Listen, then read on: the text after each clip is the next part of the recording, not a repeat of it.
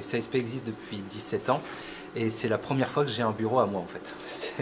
Donc c'est assez sympathique quand même au quotidien. On n'intervient effectivement que dans le milieu industriel. On a 3 métiers, l'automatisme, des petites boîtes noires avec des capteurs derrière où si on leur donne un ordre ça va faire ouvrir une vanne.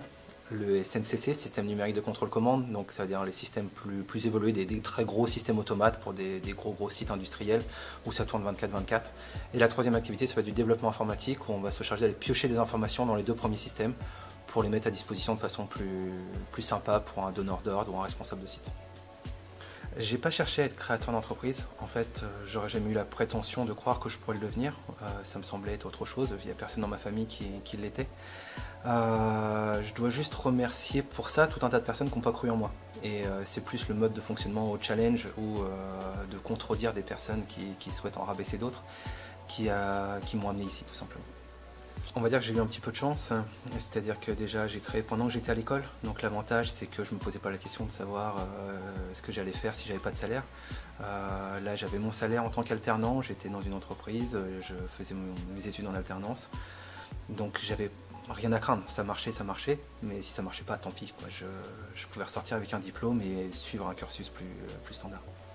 Le SASP existe depuis effectivement 17 ans, mais pour autant on n'est pas une vieille entreprise, on est quand même une société innovante, on ne peut pas nous appeler start-up, mais on aime en avoir l'air, ne serait-ce que la façon dont on collabore avec les équipes, l'environnement de travail, mais surtout avec le pôle R&D qu'on a créé il y a 1 an et demi, et de laisser libre cours à notre imagination pour créer tout un tas d'autres projets. Donc finalement SASP est un incubateur de ses propres projets pour les laisser prendre vie après de leurs propres ailes. Un membre de ma famille a quelques soucis de santé, une maladie chronique, et des moments ça va bien, des moments ça va pas bien. Et je suis parti du principe que s'il y a des moments ça va bien, pour que ça change, c'est qu'il doit y avoir un déclencheur. Et cette application santé, qui sera une application gratuite, orientée vraiment au grand public, le but c'est qu'elle puisse aider toutes ces personnes-là à essayer de trouver ce qui fait qu'elles vont mieux ou moins bien dans certaines périodes et donc surtout améliorer le quotidien de ce proche qui m'a inspiré cette idée-là. Je participe à un hackathon prochainement pour présenter ce projet.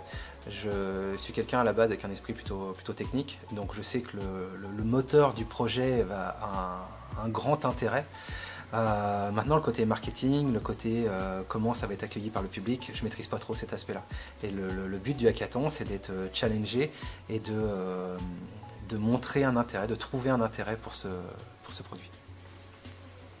L'intérêt de m'engager dans la French Tech, c'est pas mon genre à la base, tout ce qui est association, ce genre de choses. Là j'y vois un vrai intérêt et pour la partie étudiant mais aussi la partie entrepreneur. Certes, si on fait le cliché, quand on est seul on va vite, mais quand on est nombreux on va plus loin.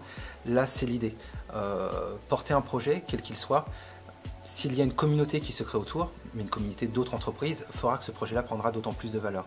J'ai envie de porter tout un tas de projets, mais pour ça il faut qu'il y ait tout un tas d'autres personnes, d'autres entreprises qui ont envie aussi de porter des projets du même type. Et la French Tech pour moi c'est de créer un interlocuteur, une bulle dans laquelle il y aurait tous ces étudiants, tous ces entrepreneurs qui pourraient parler avec les plus grosses instances, que ce soit le côté public, que ce soit les gros industriels, et qu'il y ait un échange structuré pour apporter des réponses, et à l'étudiant qui se pose des questions, et à l'entreprise qui recherche peut-être des étudiants, qui recherche peut-être des idées, et à l'industriel qui ne se rend peut-être même pas compte des problèmes qu'il peut avoir sur son site. Tu vois, on était 14 personnes, non, on était 12 personnes en 2014, 26 personnes fin 2017. On est 40 personnes fin 2018 et on a vocation à avoir, j'espère, continuer à grandir.